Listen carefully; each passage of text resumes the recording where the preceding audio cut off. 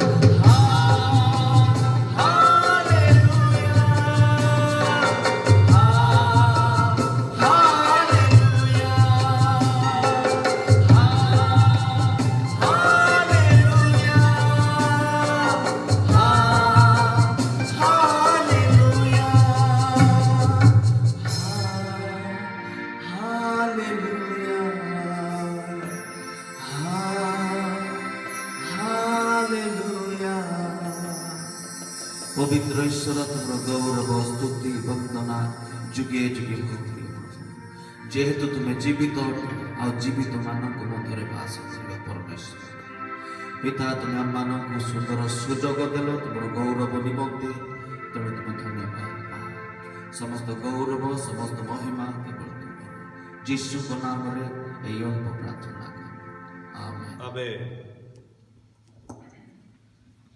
आजिर ध्यान निमंते पवित्र धर्मशास्त्र जो अंश मनोनीत करा जायछि ताहा आपण माने पाइबे एफिसी मंडली निकटक प्रेरित पाउलक पत्र तार 5 पर्व 16 पद एफिसी 5 पर्व 16 पद एई स्थान रे ए प्रकार भाव लिखा जाए पुणी सुजोगर सद्व्यवहार कर कारण काल मंद अटे पुनर्बार मु अध्ययन करी पुणी सुजोगर सद्व्यवहार कर कारण काल मंद अटे प्रभु ए समस्त पठित वाक्य उपरे एवं श्रवण रे आमे प्रत्येक को आशीर्वाद करंतु आमेन। आसु आमे समय ईश्वर का जीवंत वाक्य माने श्रवण करने को जीवा एही समय प्रभुकर प्रिय दास बालक फ्रांसिस नायक मुताकु प्रभु जीशु ख्रीष्ट नाम रे आह्वान करे से आसीबे एवं ईश्वर का जीवंत वाक्य आमार निकट रे परिवेषण करिवे।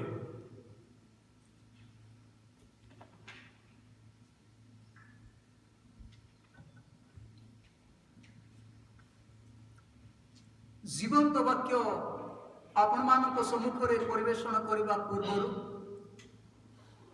परित्राणकर्ता प्रभु जीशु को मु धन्यवाद देवा संगे संगे स्थानीय मंडलीर पालक महाशय गण को तथा कर्मकर्ता वृंद युव समिति महिला समिति एवं ए जो मीटिंग रे अंशी होइथिबा समस्त मोर ख्रीष्ट प्रिय बापा माँ भाई भौणी मानक मो तरफ ख्रीष्ट पुरा नमस्कार जनाऊँगी नमस्कार। प्रभु गौरव महिमा प्रशंसा पातु से आम ए प्रकार सुजोग दे चली आज भी से दे तांकर रोग शुणापी तांकर वाक्य शुणापी जो विषय को आमर पालक महाशय से पठन करुले पुनर्बार मुझा दोहराइबा इच्छा करुँची लेखा जाए एफिसी 5 पूर्व 16 पदरे पुणी सुजोगर सद्व्यवहार कर जेहेतु काल मंद अटे एही शब्दांश गुड़िकर तात्पर्य मर्म बुझापी आसु अल्प समय आम चक्षु मुद्रित करवा। प्रिय प्रभु ये समय पुनर्बार तो महान विषय धन्यवाद देवछु गौरव करुछु महिमा करुछु प्रशंसा करुछु प्रभु जो विषय को आम पठन करियछु तहिर तात्पर्य विशेषत्व बुझापी आम को साहाय्य कर एवं ए वाक्य द्वारा आम जमती निज जीवन को आम सजाड़ी पारिबा संशोधन हो पारिबा एवं आगक बढ़ी पारिबा से प्रकार आज यही जीवंत वाक्य द्वारा आम समस्त को स्पर्श कर जीशु को नाम मागुछि आमेन। ख्रीष्ट मोर प्रिय श्रोता बंधु आज मु आपण मानक सम्मुख रे सुजोगर सद्व्यवहार करने विषय किसी आपण मानक कहबा पई मु इच्छा करूछि जहा कि बाइबल रे अनेक विषय लिखा जाए जो माने कि प्रकृत रे सुजोगर सद्व्यवहार से माने करथिले सेथि मध्यरु जनक विषय मु कहबा पई इच्छा करूछि हिजकियों जीवन कथा आपण माने भल भाव ताहा जानि अछंती जेतेबेले हिजकियो तांकर सांघातिक पीढ़ा थिला आ से समय रे जे कि भविष्यत वक्ता जीसा ताहाको निकट उपस्थित हे कहउछंती निजर परिवार को तमे सजाड़ो जेहेतु तमे अब बंचिबो नाही मरिबो ए प्रकार जेतेबेले ए वाक्य ताहाको निकट को उपस्थित हेउछि ସେହି ସମୟରେ ସତେ ଯେମିତିକି ତାଙ୍କ ନିମନ୍ତେ ଏକ ମନ୍ଦ କାଳ ଉପସ୍ଥିତ ହେଲା, ଏକ ଦୁଃଖର ସମୟ ଉପସ୍ଥିତ ହେଲା। ଯିଏ ବି ମରିବା ପାଇଁ ଭୟ କରନ୍ତି, ମୃତ୍ୟୁକୁ ସମସ୍ତେ ଭୟ କରନ୍ତି, ଠିକ୍ ସେ ପ୍ରକାର ସେ ମଧ୍ୟ ସଙ୍ଗେ ସଙ୍ଗେ କ'ଣ କରୁଅଛନ୍ତି ଲେଖାଯାଏ ବାକ୍ୟରେ ସେ ପ୍ରାର୍ଥନା କରି କହିବାକୁ ଲାଗିଲେ। ଲେଖାଯାଏ ସେ ଅତିଶୟ ସେ କ୍ରନ୍ଦନ କଲେ ବୋଲି ଲେଖାଯାଏ। ଏବଂ ତାଙ୍କର ସେହି କ୍ରନ୍ଦନର ରବ ସଦାପ୍ରଭୁ ପରମେଶ୍ୱର, ଯିଏକି କାଲି ଆଜି ଚିରକାଳ ସମାନ ପରମେଶ୍ୱର, ସେ ଜୀବନ୍ତ ପରମେଶ୍ୱର ଶ୍ରବଣ କଲେ ଏବଂ ସେ ଏ ପ୍ରକାର କାର୍ଯ୍ୟ କଲେ, ଯିଏକି କିଛି ସମୟ ଗଲା ପରେ ମରିବା କଥା, ଆଗକୁ ବଞ୍ଚିବାର ଆଉ ତାଙ୍କର ସାହା ଭରସା ନଥିଲା। କିନ୍ତୁ ସଦାପ୍ରଭୁ ପରମେଶ୍ୱର ଏ ପ୍ରକାର କାର୍ଯ୍ୟ କରୁଅଛନ୍ତି ଯେ ତାଙ୍କର ଆୟୁକୁ ସେ ପୁଣି 15 ବର୍ଷ ବୃଦ୍ଧି କରିଦେଉଅଛନ୍ତି।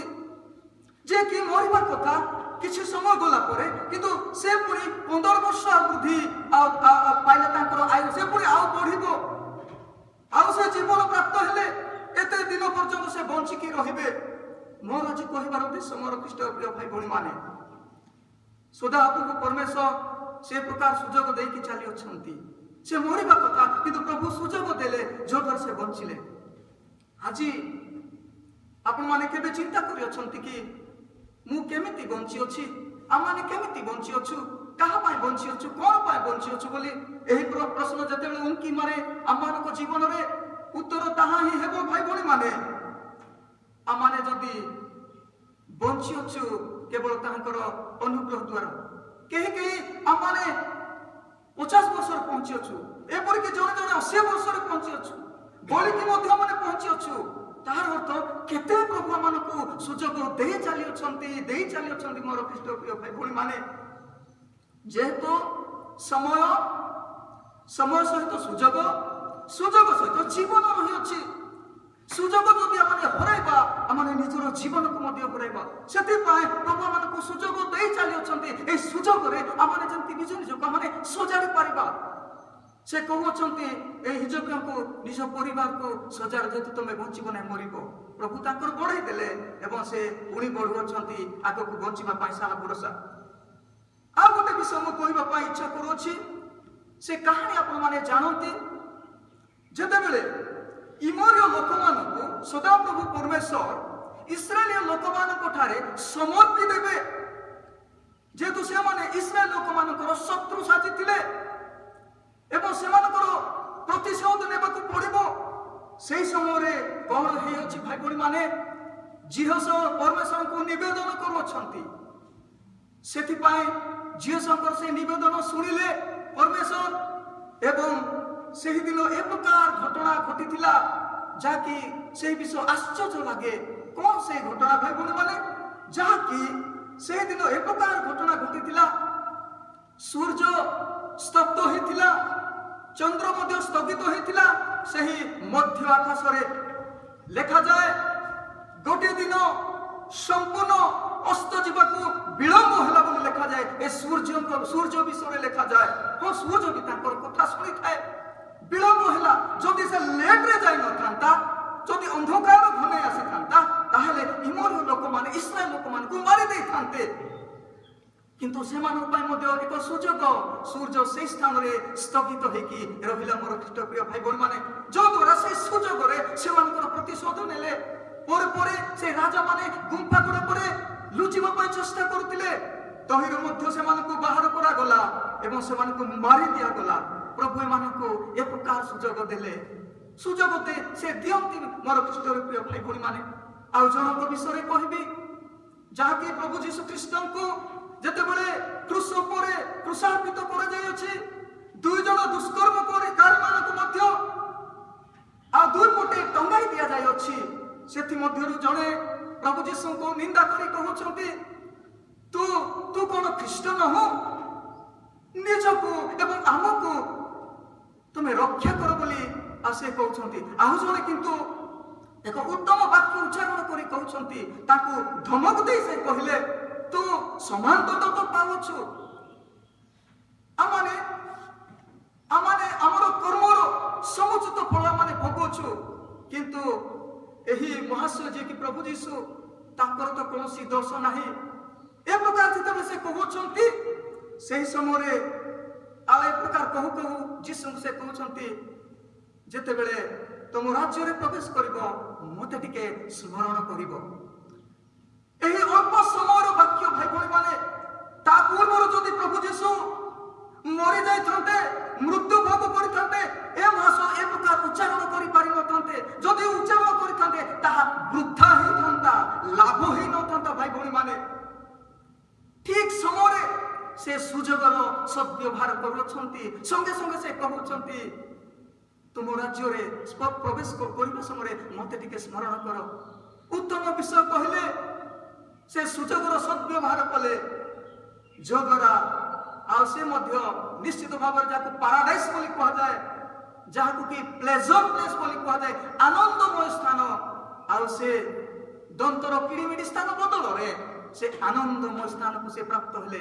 ଗୋଟିଏ ବିଷୟ ସେ କଲେ, ସୁଯୋଗର ସଦ୍ବ୍ୟବହାର କଲେ। ଭାଇ ଭଉଣୀ ମାନେ ଯେଉଁମାନେ ସୁଯୋଗର ସଦ୍ବ୍ୟବହାର କରନ୍ତି ସେମାନଙ୍କ ପାଇଁ ସେ ଆନନ୍ଦମୟ ସ୍ଥାନ ଅପେକ୍ଷାରେ ରହିଅଛି। ତେବେ ଆସ ମାନେ ଶିକ୍ଷା ଲାଭ କରିବା ଏ ସୁଯୋଗର ଅର୍ଥ କଣ ଅଟେ, ଆମେ କେମିତି ବୁଝିବା? ହଁ ଭାଇ ଭଉଣୀ ମାନେ ସୁଯୋଗର ଅର୍ଥ ହଉଛି ଆମେ ବୃଦ୍ଧି ପାଇବା। ଆମେ ଯଦି 10 ବର୍ଷ ପୂର୍ବେ 2 ବର୍ଷ ପୂର୍ବେ ଆମେ ଗୋଟିଏ ଦିନରେ ଥରେ ମାତ୍ର ପ୍ରାର୍ଥନା କରୁଥିଲୁ, ତାହା ବି ଅଳ୍ପ ସମୟ ପ୍ରାର୍ଥନା କରୁଥିଲୁ। ଏବେ ବି ଯଦି ସେ 5 ବର୍ଷ ପୂର୍ବେ ଯେମିତି ଆମେ କରୁଥିଲୁ ଏବେ ବି ଯଦି ସେତିକି କରୁଅଛୁ ତାହେଲେ ଆମମାନଙ୍କର ଜୀବନ ପ୍ରକୃତରେ ବଦଳୁ ନାହିଁ ଭାଇ ଭଉଣୀ ମାନେ।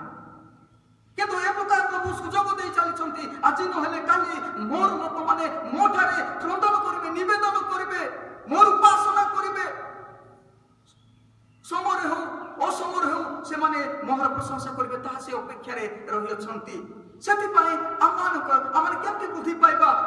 ହଁ ଭାଇ ଭଉଣୀ ମାନେ ଗୋଟିଏ ଦିନରେ ଥରେ ନୁହେଁ, ସକାଳ ସମୟରେ ପ୍ରାର୍ଥନା କରିବା, ମଧ୍ୟାହ୍ନ ସମୟରେ ପ୍ରାର୍ଥନା କରିବା, ଅପରାହ୍ନ ସମୟରେ ପ୍ରାର୍ଥନା କରିବା, ସନ୍ଧ୍ୟାକାଳୀନ ସମୟରେ ପ୍ରାର୍ଥନା କରିବା, ରାତ୍ର ସମୟରେ ଏବଂ ମଧ୍ୟରାତ୍ରରେ ମଧ୍ୟ ମାନେ ପ୍ରାର୍ଥନା କରୁ। ଯେତେ ସୁଯୋଗ ପାଇଅଛୁ କେତେବେଳେ କେତେବେଳେ ଆମମାନଙ୍କର ପ୍ରାଣ ପକ୍ଷୀ ଉଡ଼ିଯିବ ତା ପୂର୍ବରୁ ଲାଗି ପଡୁ ମାନେ ପ୍ରଭୁରେ ଭାଇ ଭଉଣୀ ମାନେ ସୁଯୋଗର ସଦ୍ବ୍ୟବହାର କରୁ। ଯେହେତୁ ଯେଉଁମାନେ କରନ୍ତି, ମୁଁ ଆଗରୁ କହୁଥିଲି, ସେମାନଙ୍କ ପାଇଁ ଆନନ୍ଦମୟ ସ୍ଥାନ ଅଟେ। ସୁଯୋଗର ଅର୍ଥ କଣ ତାହା ମାନେ ଶିଖୁଛୁ। ଦ୍ୱିତୀୟ ବିଷୟ, ସୁଯୋଗକୁ ଉତ୍ତମ ଭାବରେ ବ୍ୟବହାର କରିବା ଆବଶ୍ୟକତା ରହିଅଛି। ଉତ୍ତମ ଭାବରେ ସୁଯୋଗ ଥାଉ ଥାଉ ଯଦି ଆମମାନଙ୍କର ପିଲାମାନେ ପାଠ ପଢୁଛନ୍ତି ସେମାନଙ୍କୁ ଯଦି ମନା କରାଯାଇଥାନ୍ତା ଏବଂ ସେମାନେ ମୋତେ କହିଥାନ୍ତେ ନାଇଁ ମୁଁ ବଡ଼ ହେଲେ ବିବାହ କରିବି ତାପରେ ପାଠ ପଢିବି, ନା ବନ୍ଧୁଗଣ ସେ ପ୍ରକାର ନୁହେଁ। ଗୋଟେ ସମୟ ଥାଏ, ଗୋଟେ ସୁଯୋଗ ଥାଏ, ପରିବାର ସମୟ, ବିବାହ କଲା ପରେ ନୁହେଁ। ସେଥିପାଇଁ ସୁଯୋଗକୁ ଉତ୍ତମ ଭାବରେ ବ୍ୟବହାର କରିବା ଏବଂ ସମୟକୁ ମଧ୍ୟ ଉତ୍ତମ ଭାବରେ ଆମେ ବ୍ୟବହାର କରିବା ଆବଶ୍ୟକତା ରହିଅଛି। ସମୟକୁ ଆମେ କି ପ୍ରକାର ଭାବରେ ଉତ୍ତମ ଭାବରେ ବ୍ୟବହାର କରିବା? ଯଦି ଆମକୁ 2 ଘଣ୍ଟାର କାର୍ଯ୍ୟ ଦିଆଯାଇଅଛି ତାହେଲେ ଆମେ ଘଣ୍ଟାଟେ ଭିତରେ ସରାଇବା ଆବଶ୍ୟକତା ରହିଅଛି। ଯେହେତୁ କାଳ ମନ୍ଦ ଅଟେ, ଦୁଃସମୟ ଆସୁଅଛି, ସେ ସନ୍ଧ୍ୟା ଆସୁଅଛି, ଆଖି ଆମମାନଙ୍କର ଧନ୍ଦଳା ହେଇଯିବ, ଦେଖିପାରିବା ନାହିଁ, କାର୍ଯ୍ୟ ଟିକେ କରିବି ପରା, ନା ବନ୍ଧୁଗଣ କରିପାରିବା ନାହିଁ। ସେଥିପାଇଁ ଆମେ କଣ କରିବା ଦରକାର? ସମୟକୁ ଉତ୍ତମ ବା ଉପଯୁକ୍ତ ଭାବରେ ବ୍ୟବହାର କରିବା। କାଲିର କାର୍ଯ୍ୟକୁ ଆଜି ହିଁ ଆମେ ସମାପ୍ତ କରିବା ଆବଶ୍ୟକତା ରହିଅଛି। ଚତୁର୍ଥ ବିଷୟ, ସମୟକୁ ଆମେ ମୂଲ୍ୟରେ ପରିଣତ କରିବା ଆବଶ୍ୟକତା ରହିଛି। ଏଇଟା କି ପ୍ରକାର ବିଷୟ ଯେ ଆମେ ସମୟକୁ ମୂଲ୍ୟରେ ପରିଣତ କରିବା? ଯଦି ଉଦାହରଣ ସ୍ୱରୂପ କହିଲେ ଆମେ ବୁଝିଯିବା ପରା, ତାହା ମୁଁ ବିଶ୍ୱାସ କରେ। ରାଜସ୍ଥାନର ଜଣେ ପୁଅ ଯେତେବେଳେ ନିଟ୍ ଯାହାକି ମେଡିକାଲ ଏଣ୍ଟ୍ରାନ୍ସ ସେ ଦେଇଥିଲେ, 720 ମାର୍କର ଏଣ୍ଟ୍ରାନ୍ସ ରହିଥିଲା, ସେ 706 ମାର୍କ ରଖି ଭାରତର ସେ ଟପର ହେଇଥିଲେ ଏବଂ ତାଙ୍କୁ ପଚାରି ଦିଆଯାଇଥିଲା ତମେ କେମିତି ଏ ପ୍ରକାର ଟପର ହେଇପାରିଲ? ସମସ୍ତଙ୍କୁ ପଛରେ ପକାଇ ଦେଇ ତମେ ଏତେ ଉପରକୁ କେମିତି ଚଢି ପାରିଲ? ଯେତେବେଳେ ପ୍ରଶ୍ନ କରାଗଲା ସେ ଗୋଟିଏ ବିଷୟ କହିଲେ, ମୁଁ ସମୟକୁ ମୂଲ୍ୟରେ ପରିଣତ କରିଥିଲି। କଣ କି ପ୍ରକାର? ନାଇଁ ଗୋଟିଏ ଦିନରେ ମୁଁ 8 ଘଣ୍ଟା ମୁଁ ପଢୁଥିଲି, ସେଥିପାଇଁ ମୁଁ ଏହା ଆଚିଭ୍ କରିପାରିଅଛି, ଏହାକୁ ମୁଁ ପ୍ରାପ୍ତ ହେଇପାରିଅଛି, ସେ ପ୍ରକାର କହିଲେ। ଭାଇ ଭଉଣୀ ମାନେ ଆଜି ଆପଣଙ୍କ ବିଷୟରେ ମୋ ବିଷୟରେ କଣ? जो जीवंत वाक्य जो वाक्य आमको उद्धार करिब रक्षा करिब आज आम से वाक्य को केते प्रेम करूछु गोटे दिन रे केते अध्ययन करूछु केते ध्यान करूछु केते पढुछु भाई भणी माने जदि काली दिन रे गोटे वर्ष पूर्व गोटे अध्याय पढुथिलु आज भी जदि गोटे अध्याय केवल पढुछु आमने वृद्धि पाउना भाई भणी माने सुजोगर सद्व्यवहार करिवार अर्थ याते आमने वृद्धि पाइबा आवश्यकता रही अछि द्वितीय विषय काहेकि सुजोगर सद्व्यवहार करिबा काहेकि आमने करिबा ए सुजोगर सद्व्यवहार प्रथम विषय है सुजोग काहाको अपेक्षा करे नहीं यह वास्तविक विषय सुजोग आसे पुणी जाए आसी जाए सत कथा आ मत चली जाए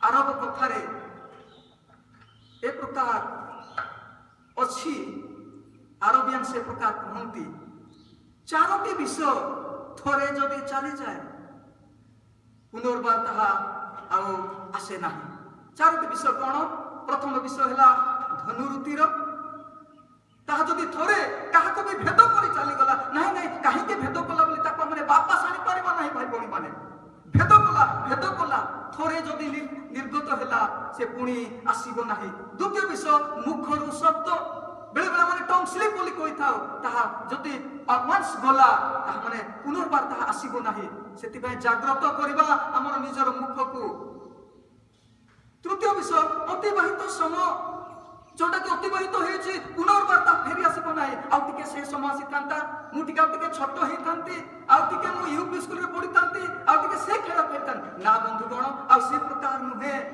अतिबाहित समय फेरी आसे नाही चतुर्थ विषय अवहेलित सुजोग ता फेरी आसे नाही वर्तमान समय आम गाँ गहली रे कौन करती आम गुटेबा पई जाती झुड़ी से आम से माने नहीं आसती हो एक प्रकार जदि जड़े कहबो नहीं नहीं मु एबे गुटेबी नहीं मु डिसेंबर मास रे ना से समय नथिबो से सुजोग सेटा आसी जाए चली जाए ताहा केही के ताको प्राप्त हे पारंती केही ताहा हे पारंती नाही तो आ गोटे विषय कहबा पई इच्छा करूची कि परि सुजोगर सद्व्यवहार करबा सजागर हिया माने सद्व्यवहार करबा ताको इच्छा को बुझिया माने सद्व्यवहार करबा आत्मार परिपूर्ण होई आमाने व्यवहार करबा आवश्यकता होछि जेमति कि मार्टिन लूथर से कहंती मु प्रथम 3 घंटा को प्रार्थना रे मु बिताए बोली सेति में से आत्मा रे उद्दीपित होंती भाई बणी माने से सजाग आ सब बेले रहि पारंती जेतु से चार्ज होंती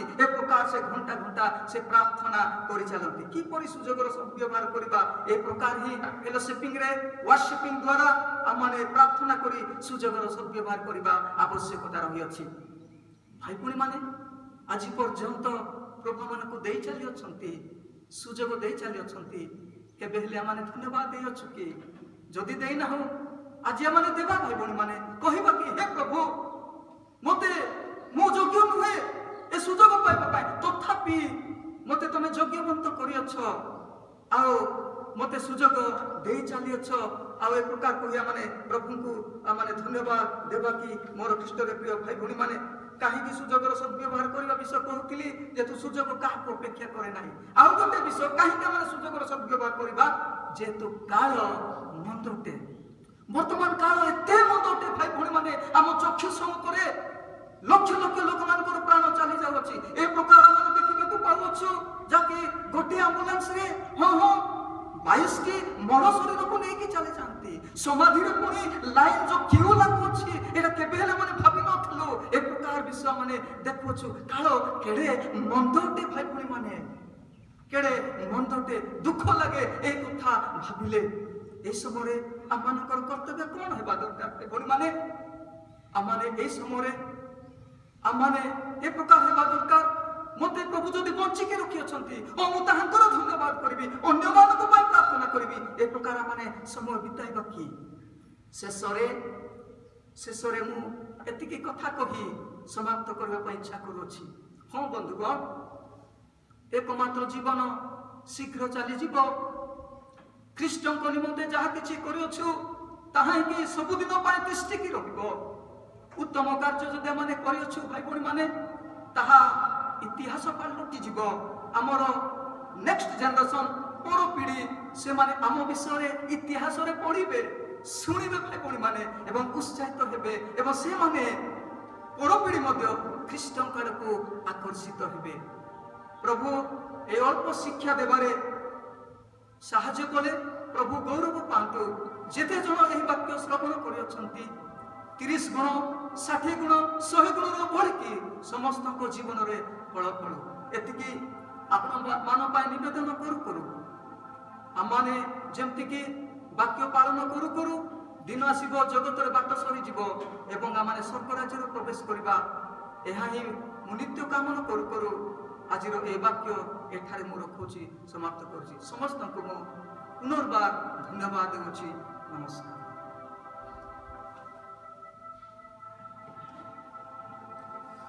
ପ୍ରଭୁଙ୍କ ମହତ ଏବଂ ପବିତ୍ର ନାମର ଧନ୍ୟ ହେଉ।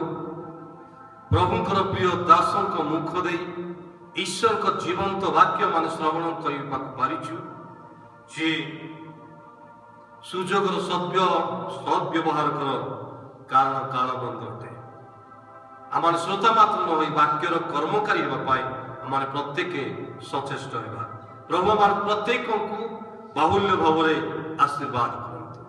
ଆମେ ଆସନ୍ତୁ ଆମର ଏହି ସମୟରେ ନିଜ ନିଜକୁ ପ୍ରଭୁଙ୍କ ନିକଟରେ ସମର୍ପଣ କରି ପ୍ରାର୍ଥନା କରିବା ଏବଂ ଆଜିର ଏହି ଉପାସନାକୁ ଆମେ ଶେଷ କରିବା। ଧନ୍ୟବାଦ ଧନ୍ୟବାଦ ପ୍ରଶଂସା ଗୌରବ ମହିମା ସମ୍ଭ୍ରମ କରୁଛୁ ପବିତ୍ର ପିତା। ତୁମେ ଆମମାନଙ୍କର ସମୟ ଉପଯୋଗୀ ବାକ୍ୟ ଦେଇ ଆମକୁ ଉତ୍ସାହିତ କରିଥାଅ, ସଜାଗ ହେବାକୁ ଦେଇଥାଅ, ପ୍ରସ୍ତୁତ ହେବାକୁ ଦେଇଥାଅ। ସେଥିପାଇଁ ଧନ୍ୟବାଦ ଦେଉଛୁ। ଆମେ ଯେମିତି ସୁଯୋଗର ସଦ୍ବ୍ୟବହାର କରି ଆମେ କେବେ ମଧ୍ୟ ଆମମାନଙ୍କର ଏହି ସୁଯୋଗକୁ ହାତ ଛଡ଼ା ନ କରିବୁ ସାହାଯ୍ୟ ପ୍ରଦାନ କର। ଆମର ବ୍ୟକ୍ତିଗତ ଜୀବନରେ, ପାରିବାରିକ ଜୀବନରେ, ମାଣ୍ଡଳିକ ଜୀବନରେ, ଦେଶଗତ ଜୀବନରେ ଆମକୁ ତୁମେ ଥରେ ସୁଯୋଗ ଦେଇଥାଅ। ଯଦି ଆମେ ସୁଯୋଗକୁ ଆମେ ଜାଣିପାରିଲୁ ନାହିଁ, ତାକୁ ଯଦି ଆମେ ହତାଦର କଲୁ, ଆଉ ସେଇ ସୁଯୋଗ ଆମେ ପ୍ରାପ୍ତ ହେଇପାରିବୁ ନାହିଁ। ପ୍ରିୟ ପିତା, ତୁମେ ଆମକୁ ପ୍ରତ୍ୟେକଙ୍କୁ ଅନୁଗ୍ରହ କର। ଆମେ ସେଇ ସମୟ ଅନୁସାରେ ସମସ୍ତ କାର୍ଯ୍ୟ କରି ଚାଲିବାକୁ ଦିଅ। କାରଣ ଆମର ବୟସ କି ଆମର ଯେକୌଣସି ଆଶୀର୍ବାଦର ସମୟ আমার নিকটକୁ ফেরি আসে নাই। আমার প্রত্যেককে দয়া কর যেমত আমার সেই সুযোগ অনুসারে মানে কার্য করি প্রভু আমার ব্যক্তিগত পরিবার জীবনের মান্ডলিক জীবনে আশীর্বাদ লাভ করিবু সাহায্য কর। আমার পিলামানଙ୍କ জীবନରେ বাপা মাଙ୍କ জীবନରେ কি ଆଉ ଯେକୌଣସି ବ୍ୟକ୍ତିଙ୍କ ଜୀବନରେ ହେଉ ନା କାହିଁକି ପ୍ରତ୍ୟେକଙ୍କୁ ଆମର ଶିକ୍ଷାଗତ ଜୀବନରେ ମଧ୍ୟ ଆମର କର୍ମକ୍ଷେତ୍ରରେ ମଧ୍ୟ ସବୁ କ୍ଷେତ୍ରରେ ଆଶୀର୍ବାଦ କରି ମହିମା ପାଅ। ସବୁ ମହିମା, ସବୁ ଗୌରବ, ସବୁ ପ୍ରଶଂସା କେବଳ ତୁମର। ପିତା ଆମକୁ ପ୍ରାର୍ଥନା, ଆମର ବିନତି ନିବେଦନ ତୁମେ ଶୁଣିଛ, ଉତ୍ତର ଦେଇଛ, ସେଥିପାଇଁ ଧନ୍ୟବାଦ ଦେଇ ପ୍ରଭୁ ଯୀଶୁଙ୍କ ନାମରେ ପ୍ରାର୍ଥନା ଉତ୍ସର୍ଗ କରୁଅଛୁ। ଆମେ ପିତା ଈଶ୍ୱରଙ୍କ ସୁମଧୁର ପ୍ରେମ, ତ୍ରାଣକର୍ତ୍ତା ପୁତ୍ର ଖ୍ରୀଷ୍ଟଙ୍କ ସୁମଧୁର ଅନୁଗ୍ରହ ଏବଂ ଦୟା, ପବିତ୍ର ଆତ୍ମାଙ୍କର ସହଭାଗିତା, ଶକ୍ତି, ଚେତନା, ଚଳନ, ପ୍ରେରଣା ଏତେବେଳେ ପୁଣି ସବୁବେଳେ ଆମର ପ୍ରତ୍ୟେକଙ୍କର ସଙ୍ଗେ ସଙ୍ଗେ ହେଉନ୍ତୁ। ଆମେ ପ୍ରଭୁ ପ୍ରତ୍ୟେକଙ୍କୁ ଆଶୀର୍ବାଦ କରନ୍ତୁ। ଯେଉଁମାନେ ଜୁମ୍ ମିଟିଂରେ ଯୋଗଦାନ କରିଛନ୍ତି, ନିଶ୍ଚୟ ଆମେ ବିଶ୍ୱାସ କରୁଛୁ ଯେ ଈଶ୍ୱରଙ୍କ ଜୀବନ୍ତ ବାକ୍ୟ ଦ୍ୱାରା ଆପଣମାନେ ଉପକୃତ ହୋଇଛନ୍ତି। ପ୍ରଭୁ ସମସ୍ତଙ୍କୁ ଆଶୀର୍ବାଦ କରନ୍ତୁ। ଆମେ ସମସ୍ତଙ୍କୁ ନମସ୍କାର।